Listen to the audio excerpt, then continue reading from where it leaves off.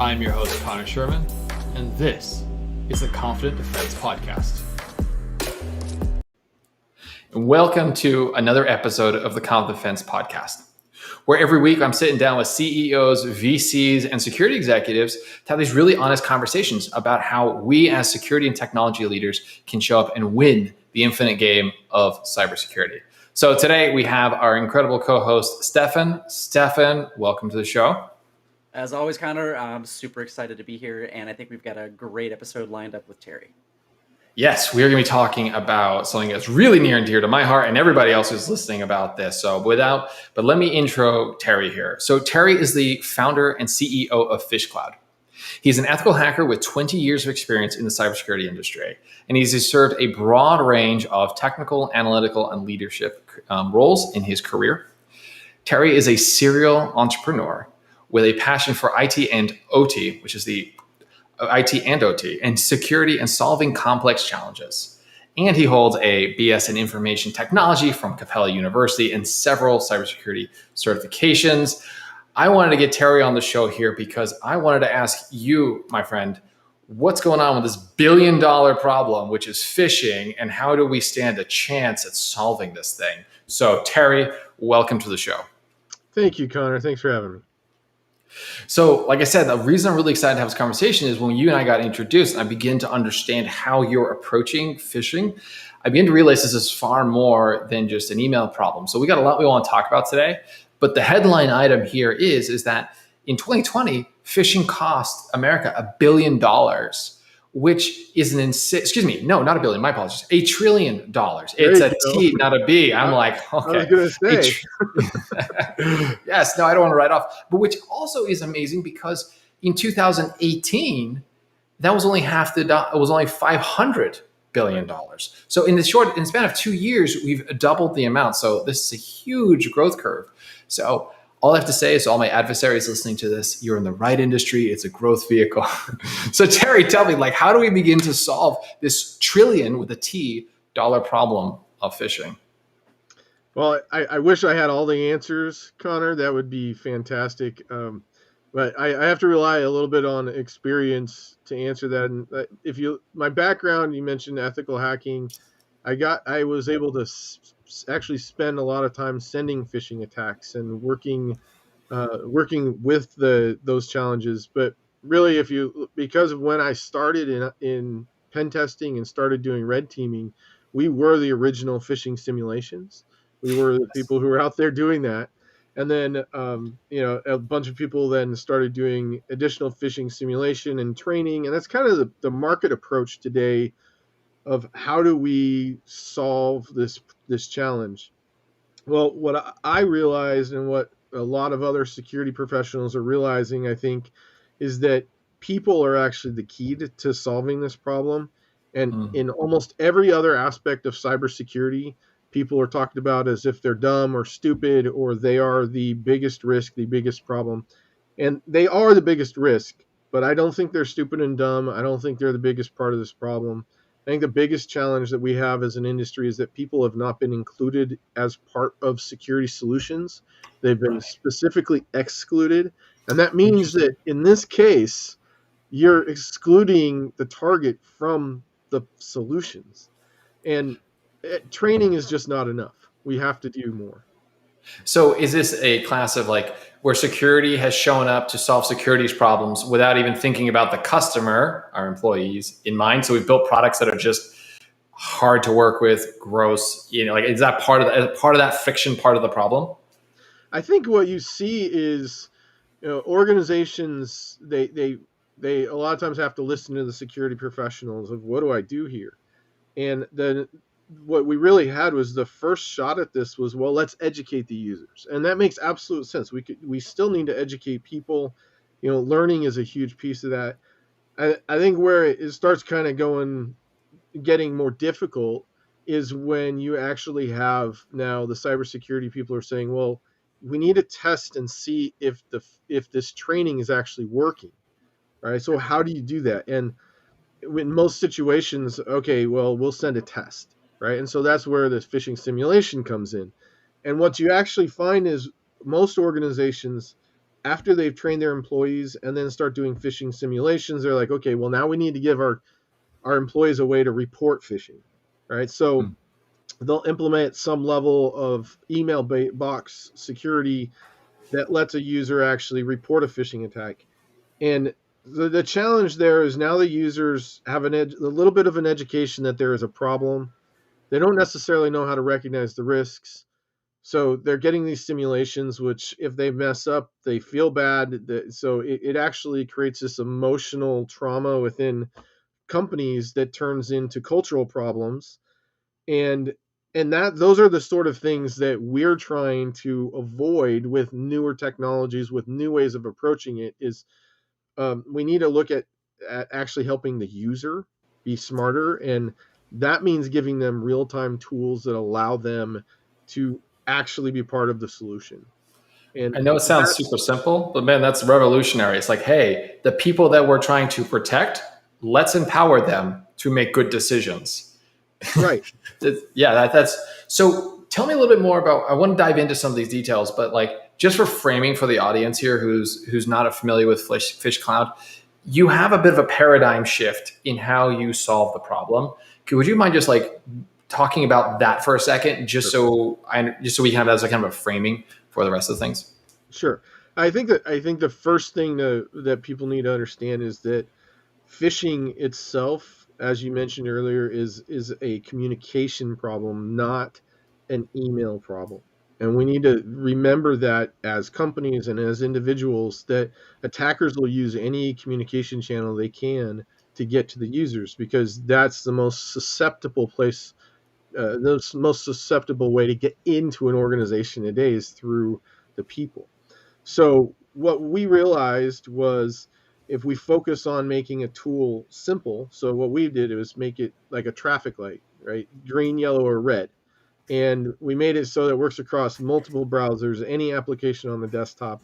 So we can help in those communication channels, even if it's looking at lateral phishing once somebody gets into the network and starts using your chat applications to go across your network. So we just really, that's the shift, is looking at it as a communication problem and as a human problem, so that we can give humans better solutions and they can actually start being part of that solution. And that actually reduces the false reporting. It makes people more confident, and it gives them an ability to very quickly check themselves and see if something's safe or not. Might you say that after the process of working through some of that training, that understanding, you're allowing people to build their own confident defense for themselves? I love it. Yeah. Good tie-in. Yes. I think people need to be part of that the confident defense network, right? That is the other aspect of this.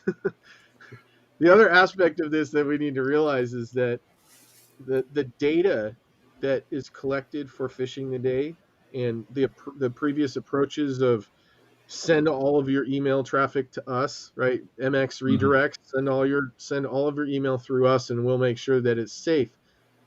If it does get through that, which the attackers are very good, they use all sorts of Mhm. different techniques, but yeah, I'll tell you that some of the newer ones where they're shifting domains, right? They have polymorphic domains that, depending on the situation, they'll redirect you to one of 50 sites, right? Google or Yep. Yahoo or something else, until the user clicks it, and then it's just a numbers game, right? So they're willing to take less clicks. So the real thing to keep in mind is that people are the targets, and they need to be provided ways to actually assess whether something's safe without going to the IT admin, because we don't Yeah. have enough of them. So I think that's a fair point. Like to your credit in what you just said there is if sending all email to a central place where security tools were involved and then people had emails, if that worked, we wouldn't have the problem we have today because we're That's been doing around that. for 20 And, years. and it's still $1 trillion problem. I'm going to get the T right. It's $1 trillion problem, Right. and so I think that's just fascinating. Okay, so we really got to flip it on its head. And it sounds like, yeah, I love that idea of empowering the users. Keep it super simple. Like green is good, red is bad, orange is think twice. And I also like the idea that you're looking at, when you talk about the lateral communication piece, can you double down into that? So adversary gets a hook in the environment. We have to assume compromise. What's next? I don't think a lot of people understand that there is generally a next step here, right? Well, Can you it's expand that? important to understand that endpoint technology from a firewall, from an XDR, EDR solution, there's a lot of different ways that you can protect an endpoint today. And attackers realize that malware will trip alarms, right? So if you've got, so this is just a tactic that I would use, for example. If once you get onto somebody's machine, say you're an average user, you might not have a direct escalation capability on that desktop. That user might be a low privileged user. But if that user has access to Slack and the admin teams on Slack, or somebody else that has additional privileges is on Slack, because you can see, even as a user, who has privilege on a network. So they can easily look up who that is and then start targeting them through chat communications. And that is kind of one of those hidden areas that a lot of organizations don't have visibility into today. Is how do you know if somebody's, one of your employees is either compromised or an insider threat that's sending those emails throughout your organization? Because if Stefan slacks me and says, "Hey, check this out," and clicks that link, I'm Yep. going to click the link. Maybe I Right. shouldn't be And after this email, conversation. they'll do But the same thing with email or with internal chat, Teams and Slack. And we just need to realize that those are becoming more and more popular as people are remote as well. Right? I use communication tools all the time, and they're different. And another thing that we see, some of my friends that are full on red team. That's all they do. That's their bread and butter. When they do get access to Slack, they might not send in like another phishing tool or an attack or a link. Sometimes they just submit a ticket. Yeah. Hey, I'm working on a project. It's aligned to our revenue. Can I get new privileges? Right. And if that IT admin on the backside who catches it, they're sifting through and they go, oh, hey, look, it's tied to revenue. Sure, give privileges, approved. I didn't have to do anything bad. I just had to skirt a policy that Right. didn't have a technical implementation. That's one of my favorite ways to go, and that kind of jumps me into another thought of the difference between a technical risk on a fish and then kind of the escalation of that process to the point where we get to a con artist Right. who's not who's just using social engineering. Yeah. Just basic social engineering at that, right? And I think that is one of the big challenges that we have as humans is, if you're communicating over any kind of electronic medium, there's an anonymity layer there, right? mm, We you can't always tell who that is or what, if they're who they say they are. And you see it all over social media as an issue with like catfish and all those sort of things. But just keep in mind that that can easily be translated into, a hacker or an attacker that's trying to get into your organization, right? They'll do those same sort of things. so what are you seeing is like the primary payloads here? Are people still getting into like click and download the malware? Are they doing links? Is it executive impersonation? What's the of all the payloads that are of all the attack? So we know the attack vector is now communication, not email. You lands. Yep. What's next? Like, what is the actual payload that people are falling for these days? It really depends. So we've seen everything from there's fake browser attacks out there where they'll get users to download and install the coolest new browser or something like that, right?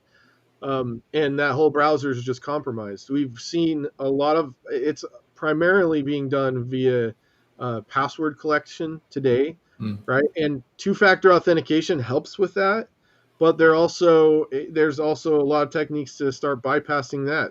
They're targeting these two-factor authentication providers, and they're targeting the password vaults. So we have to realize that, even though people are being told don't enter your password in these things, there's multiple ways an attacker can leverage somebody clicking on something to get access, depending on the level of sophistication of the attacker. One Right? of my favorites that we've seen coming up a lot more lately, and I know Alberto Rodriguez just gave a talk about this at B-Sides Augusta a couple weeks ago, was the idea of just building a legitimate application for an illegitimate purpose, Hmm. and then sending it to your target audience to where they open up that app, connect it to your Office 365 or your SharePoint, and now it gives full access to that organizations, and they never had to log in, they never had to do two-factor. Yep. As soon as one person authorizes it, now anybody else that logs in, you just sit back and you deploy it and you wait, and Sweet. you start getting access to effectively the entire business process for some of these organizations. And it's you do have to click. You do Yeah. have to click. But But I think that's an interesting point. Like, are you guys familiar? Like, riffing on that for a second, Stefan. So, I was told by another guest on the show about the project from Duo Security, the CRX Excavator. CRX being the extension for the Chrome plugins, and Excavator was the play on that. But effectively, it's similar to that, right? You could submit these things. It can be totally 100% safe code, but then it just grabs your stuff and puts it in a place that does the thing. So it's not even malicious. It's not malware, but it's malicious intent. right. You know? Well, and there's another aspect of this that I don't think most companies have figured out, and that is the attackers are smart and they're using the same tools that we use for business against us. So not only is a person going to get targeted, that email address and the cookies that they generate are going to be used in order to add you to ad campaigns, and you will start getting malicious offers via ad networks at that point. So once you're associated with a site that you've gone to, they're going to follow you via ad networks and try to get you to download their actual malware, right? Download Wait, that what? browser on accident. And believe me when I say that these things actually do follow. We help.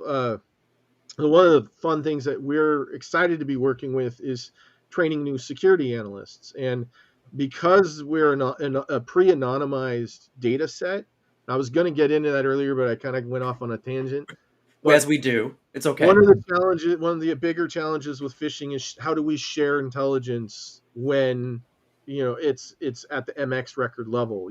It's very difficult to clean that and share that. So because we're an endpoint solution, we pre-anonymize the data before it ever goes into our back end. It's on the desktop. And what that allows us to do is provide real-time data to everything from students to security assessment organizations to managed service providers. And that means that we can actually train students on live data that was seen within 3 or 4 minutes before that as a fresh attack. And so they're getting the experience of going and doing analysis of malicious websites and getting to learn these tactics within minutes and actually able to block that at down to the application layer for the users. So what we really get out of that is that these new users or these new analysts are coming in, they get to see the threats, they get to learn the threats, and we found that they were actually able to identify these types of threats, like a malicious web browser that was being served via served to a school district over in Kentucky. They found that, and within the next 2 hours, we started seeing it in Washington State via ad networks, and then shortly after that, they realized that because within about the first 5 minutes we had blocked it, but then we started realizing we were seeing it circulating via ad networks, and then we saw we did the research and figured out that this particular web application, this fake browser, had been surfaced 6 months before and shut down as a malicious campaign. They just reworked it and sent it out again. And they're doing it via ad networks. So we can't look, it's definitely not an email problem.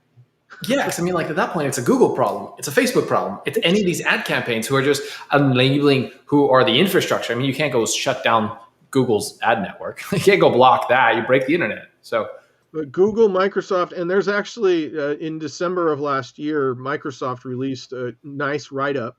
I think it was I don't know, over 20 pages on a ad network campaign that was ran against Google, Microsoft, and Yahoo. cool. So the So I'd say to all holidays our are listeners, coming. we'll find that and put Holidays that are in the the show time notes for for you. this. Wow. Okay. So I want to circle back real quick on something, and I debated on whether to talk about this now or later. And I think now is a good time because I think it is so relevant. So you're taking with your endpoint, you're able to anonymize data, but then you put it up into a solution to aggregate and look at all sorts of different clients, and you're putting students on that to Tier do some one. of that as well. Yes. So you're literally using that anonymized data to train the next generation. You got it. How many? And How they're many? finding it 6 hours before it ever gets uploaded to VirusTotal. That's awesome. Yeah. That's awesome. And are these? And I'm going to say kids because I'm. No, You're old. actually, the first group of students were middle, over 30. Some of them were younger than that, but most of them had jobs in the coal industry or lived in coal country in the Appalachian Mountains, and the coal country has been devastated, right? Mhm. So they were, and 80% of them got placed with managed service providers as analysts within 3 months of the program. So they not only are they learning new skills, but they're actually using that to have actual placement. That's incredible. Yeah, you That's need a what standing we need ovation more for of that. that. We're working on rolling that out in Washington State. We've already got it in Louisiana and Kentucky, and it's really about, for us, it's working with partners. That's our partner 418 Intelligence is the one that's we're really working that program, but we're able to provide data in real time because it's pre-anonymized, which I think has been one of the biggest challenges for sharing this data. Yeah. Most of the solutions, let's face it, they were built for enterprises. They were built for big companies, and that means siloed, right? And so then the big enterprises have figured out how to create giant warehouses that go through these anonymization processes, and they can get there, but it takes hours or days. And Yeah. because of what we're doing, these students are able to learn it on the fly, and we're looking at building just a new way to approach this. Plus, what the students report gets to the endpoint within minutes. So that's the key: is the information is there for the users to use, not for the IT admin to be a gateway on. That's fantastic. Right, because our job is to protect the end users, not keep the IT admin employed. That'll happen through other forcing functions. But Well, the no, goal of IT admins, let's face it, I've talked to a lot of IT and a lot of security people, and when you ask them what's your number one challenge with phishing, they always, oh my gosh, did you click the link? That's Yes. that's the number one challenge. Did you click this? No. Yeah, of course, no We one give admits them that. the No, I just happened to visibility completely so respond. Figure out phishing up front. Yeah. No, the random click tool that I built to make sure that my boss thinks I'm working all the time. That click. Exactly. Downloaded it off the internet. So actually, that clicking metric is. This is where it goes back to the top of the call here, or top of the recording, where you're saying, the old method of let's get all our email into one place, let's wash it through some technology, and then assume the rest is good. Obviously, we know that's not true, and that phishing does get through, and phishing links get through specifically. So I ran some simulations at an old previous job of mine. I said, okay, well, that's interesting. I wonder how many people are actually clicking through. And so of the phishing campaign trainings that we did, so we had 30% of the folks who were clicking the links and getting into their credential harvesting page. And then a smaller portion of that were actually giving their credentials away. So I was like, I don't have a phishing problem. I have a credential theft problem. I knew somebody in my org right now is clicking that link and giving away their credentials. So that actually spawned a whole kind of insider threat, identity compromise effort to understand, like, I just at this point had to assume we were in such a bad state with people clicking on stuff that I just had to assume that identities were getting compromised, and therefore I needed to start watching for compromised identities. Because the minute you got, because you, like you mentioned before, you can bypass 2FA. There's always that thing that's not encrypted. It does not have the 2FA protections on it.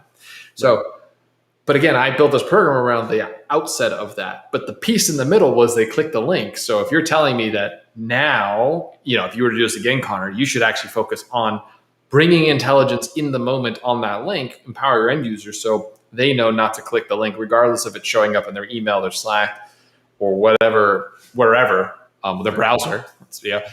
That sounds like the missing piece of this puzzle.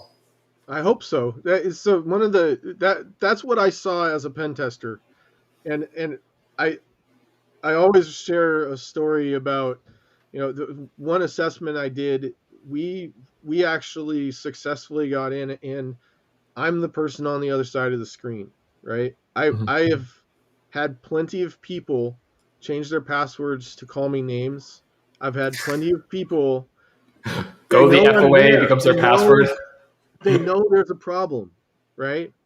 And I watched them send the emails to the security team saying, I clicked this, what do I do? And I've watched a day later when the security team finally responds and says, you should change your password. And then they respond and say, I did that. What should I do?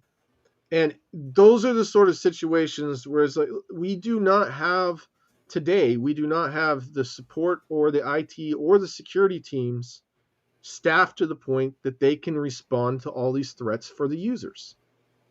And we can use artificial intelligence, we can use all these other things, but they're not great at understanding context and attribution of where a user saw something and what they actually did with it. So if you look at network traffic, I love Wireshark, I love getting into the packets and all of that, but even very intelligent systems have a pretty difficult time getting through that encryption quick enough to be able to help. And now with TLS 1.3 coming out and non-reversible technologies, the browsers are going to be encrypted whether the network traffic is or not, right? You're not seeing your browser traffic unless you're in the browser. And we need to start recognizing that that's where the attacks are coming from.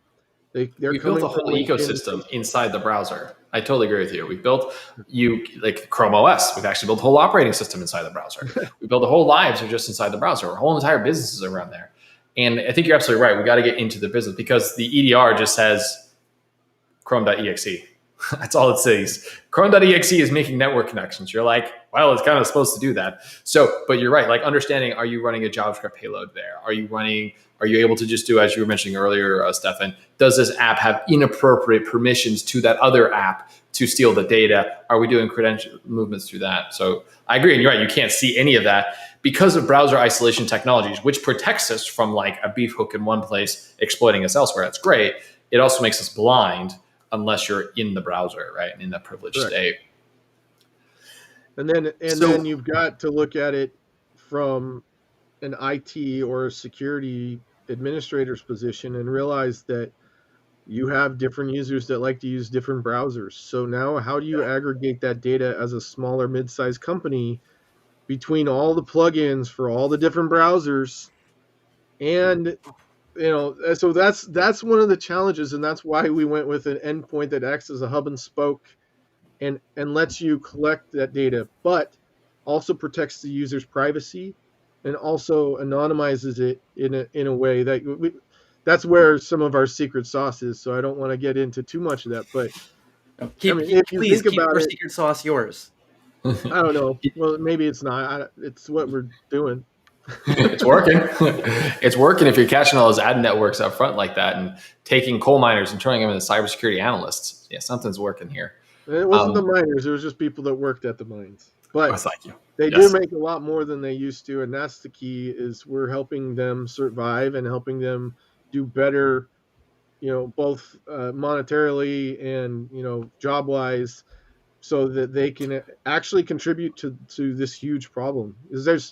I think the number right now is over 50,000 open security jobs in the United Yeah. States. In the U.S., yeah, and it's even worse globally.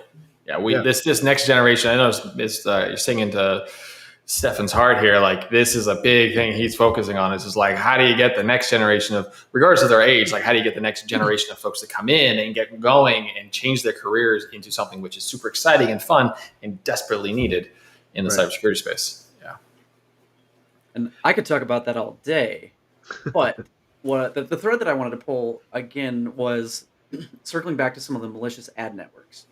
Yeah. And can we just dive back into that a little bit again of what does it look like? Are there any percentages that you can throw out of what maybe of those ad networks? What can I, the user, expect to see as a like maybe a percentage of malicious traffic, or how do I get hooked into that ad network in a bad way? What insight can you provide along that those Sure. lines? Actually, this is where I think the attackers are innovating. So not only do you have to look at it from the ad network perspective, it's they use the same marketing tools to track now. So I'll give you an example. Every employee that I've hired since I started PhishCloud in the last year, I'll say, so not before that, but in the last year, after they start, within a day, they get an automated email from a phisher saying they're me and asking them to do something.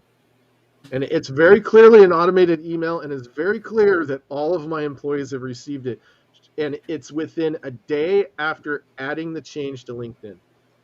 So I what does that mean? That means they're watching social profiles with an automated marketing program to send an automated phishing email reach out and try to get interaction within a day of an employee getting hired. that's Now, amazing. So they're watching LinkedIn. They watch me change jobs. I'm the yep, new guy. So the CEO emailing me, I'm going to go do whatever that CEO says because I just joined. Yep. And right. so, yeah, And interesting. it usually, yeah, from what I've seen, because I've written some training on this for a couple partners and things, and tried to capture as much. And Terry, you can tell me how this has changed. But from what I've seen so far is usually, hey, I'm at a conference. I want to give out awards. You're valued. Thank you for the company. I just saw the notification. You're the only person I can reach out to right now. I need you to go get gift cards, scratch off the back, send me a picture. Right. It's just like, first of all, why would I ask you to do that? Because Terry, But, this new employee is a really important part of the team. well, and the thing is that here's what this all really comes down to is phishing is successful when it plays on human emotion, right? And as a Yeah. new employee, you want to make somebody happy. You're nervous about your new job. Everyone is, right? Mhm. And so that's what they play on. So I actually was making that point to circle back to your ad network question, Stefan. So if you think about the fact that they are now enlisting your employees the second you hire them, then it's just a matter of having them get to any website where you can start tracking them, and you get a cookie installed just like everyone else does, right? Interesting. Now that I have a cookie, I can determine, where you're going and stuff like that, and I can start surfacing ads to you. The other thing is, and for numbers, we see about 3% of the links on Google as as questionable or malicious content. 3%. 3%. That That's a big number. seems that seems high. Well, it seems high, but how many people actually get past the first 2 to 3 pages of search, right? Wait, there's pages past that? No, the internet dies on Multiple page pages. 2. But the point is that once you've seen one of them, accidentally clicked on something, accidentally gone to one of them, even if you didn't go through on their action, they're now tracking you, Mm. and they'll use those networks to try to get you to click on something else in the future or download something else in the future. That's So, fascinating. It makes and it's complete automated. sense. It's Yeah, all oh, it makes automated. complete sense. And I think that's a key thing, just going back to that insight you had at the beginning of the show, which is it's not an email problem. No, It's a communications problem. In advertising falls under communications. Like, we have links that are being surfaced to us in all these different ways. And there we have that. And then the second half of that is all happening in the browser. Right. You never leave the browser. And did you? I don't know if you guys saw over the last. I think it was a week ago. There was an article that was put out about using sales tools. I'm not going to mention the specific company, but there was a specific company that they used their platform to send phishing attempts. The same thing is happening with Azure. The same thing is happening with, like, if you have any kind of communication platform that's used to communicate with your customers, it's an avenue. It will be abused. And it will be abused. And if I can get one of your users on one of your CRM tools, I now have the ability to email your client base. And go ahead. I was gonna say, like, this is blowing my mind because, like, how many companies out there, Whitelist, MicrosoftOnline.com, Whitelist, Salesforce.com, and they're like, sure, we trust these domains. So the adversary just goes and puts down a credit card for $15, and now they're using the exact same thing. And all of us security people are like, don't worry, we trust information coming from HubSpot, coming from Salesforce, coming from that. And well, nope, not everything coming from HubSpot is legit. Well, and here's another. Go ahead, Steph. Also, that's where my tinfoil hat grows bigger. Terry. Yeah.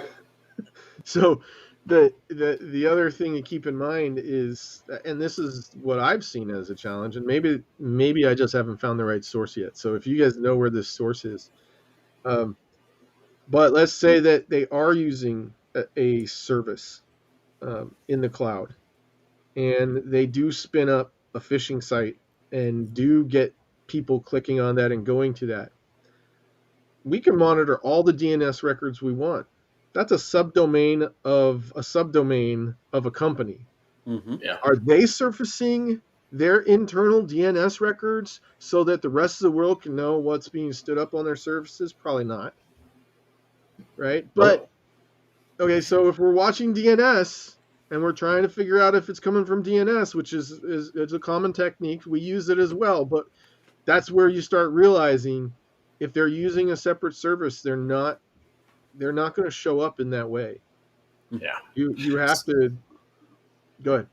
I want to ask a really fundamental question, right? Because what you're telling me is that I can't just look at the IOCs coming off the internet because it's not necessarily malicious infrastructure, right? It's not coming from that IP out of Poland or that URL registered to that hosting company in the Ukraine. Like, that's gone. Like, the adversary is innovative beyond that. So I can't look at that. I can't look at just the email coming into the corporate environment. I got to look at all these URLs and those links. Why do we click? I think is the point I want to get to here. It's like, as a security folk, we spend all this time looking at the infrastructure. We spend all this time trying to analyze the payload, but there's this middle piece where the human clicks the link.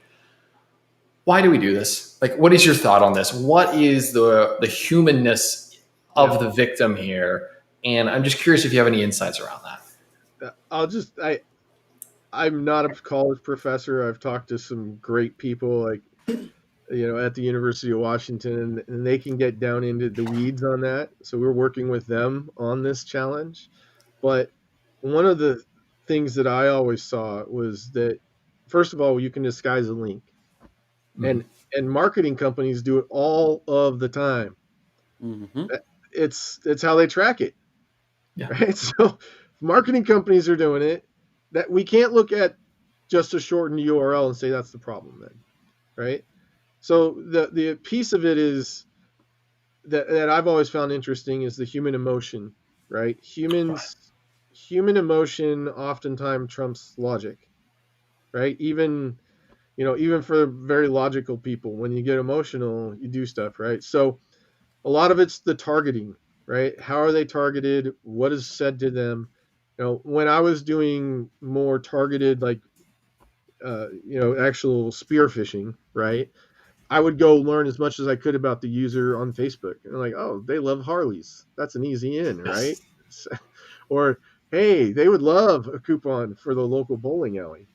So you can learn about people, and these automated systems allow us to do that in an incredibly fast way now, right? I mean, how long has it been since? Oh man, I'm trying to remember. There's so many of them. I've been stuck in this paperwork mode for 3 years, so I'm starting to forget all my tools. But yeah, it really comes down to humans. Like our human capabilities, we're Yeah. great at interacting with other humans, Were you right? talking But the when it social comes to engineering toolkit? technology, it's the messaging can really make a person like not apply that logical step of, do I really know this person, right? Yeah. Um, do I know where it's going? And I think there's one more piece to that. URLs are they can be easily redirected, and what we were just talking about with those platforms, right? If that is essentially a hopping point, and you can get them to go, you can get somebody to click on something that is a trusted source and then route them to a malicious source. That's what we're seeing more today.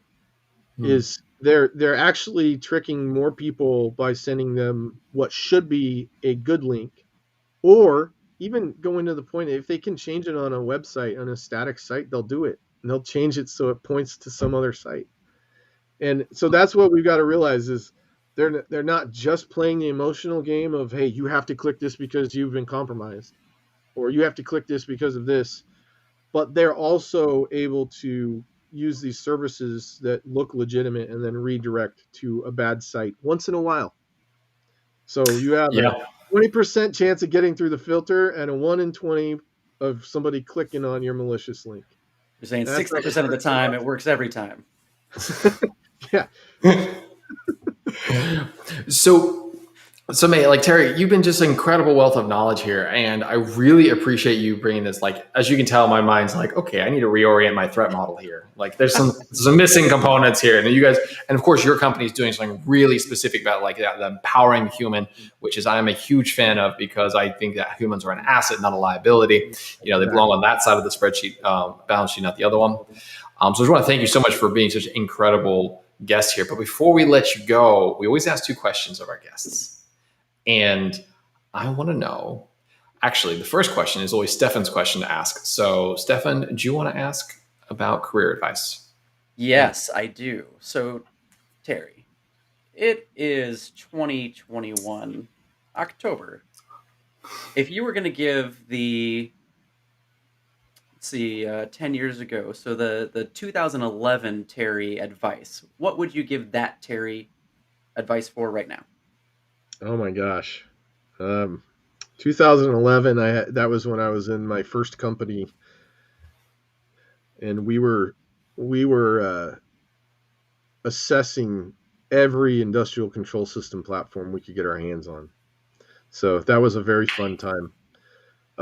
I think the advice I would give would be focus on your goal. Like, you have to actually be very intent on where you're trying to get to. It's tough to focus on a timeline, but you have to focus on a goal and stick to it, and hope and keep your eyes open for the people and the resources that are going to help you get there. I think the old me, I didn't ask for help, right? I just, and I'm still probably the last one to ask for help these days, but as a CEO, I have to do that more and more, right? So Yeah. but that would be my advice to my young self is, plan a goal and make sure to ask for help, because there are a lot of people in the security community that are willing to help. And, reach out, That's very true. because Yeah. be surprised how many people will answer you. Not everybody. So you can't get discouraged when the 80% don't, but the 80-20 rule pretty much works across life, Mm-hmm. right? It 80% really does. is not, but 20% is where your success is going to come from. And Stefan's in that, for our dear listeners, Stefan is in that 20%. And he is very good at helping you take the next step in your career and orienting things out. Reach out to Stefan, reach out to me. I'm willing to help. There you go. So set a goal, stick to it. I really like that insight about divorcing the timeline from the objective and just continue to pursue the objective. We never know the obstacles are coming our way. It's almost impossible to get a timeline right, but we can be damn sure we're going to get the objective. I think that was really good.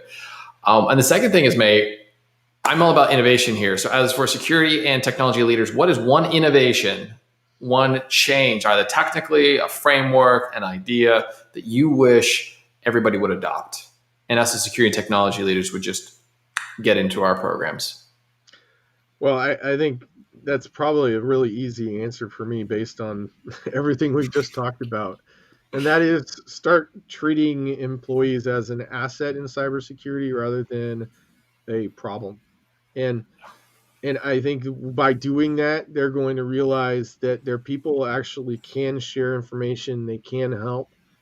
Um, it's been largely left to the IT and security teams today, and so work with them and understand their challenges because the IT and security teams have a lot of challenges with these things. Mhm. And you need to look at security as a whole company problem, not as the security team's problem.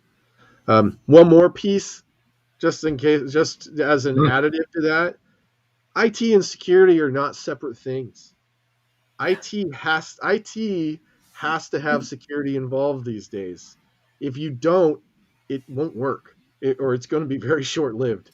So we have to realize that we're past the point of a separation of IT and security. This is IT and security need to be coupled, and they need to be I working together to solve this I challenge. firmly agree with that, Terry. I firmly agree. I think that security is an expression of a system. It's an emergent property of a system. It is not its own separate system. And And that means it could be a business process, it could be a technical process, it can be an engineering process. Security is the expression of when it's doing it well. It shouldn't be standalone. Right. right, they're not just gates either, right? They have to be in the process, and that's why it's so critical to make sure you get that piece right. Totally. So have a Okay. Well, Terry, communication you, plan. What's yes. that? So have a communication plan and talk with the people on the other side of the cubicle. Yeah, yeah. So, Terry, thank you so much again for being such an incredible guest today. Well, thank you. I really appreciate it, Connor. It was a great time. Thanks for having me. My pleasure. Until next time, everyone, we will see you here on the Confident Defense podcast. And don't forget, reach out to Stefan, reach out to Terry on LinkedIn. They're the 20% that'll help you through the next step. And if you are trying to fix phishing properly, jump over to phishcloud.com and sign up and give it a whirl and see what works for you. Okay, everyone. Till next time, I'll see you.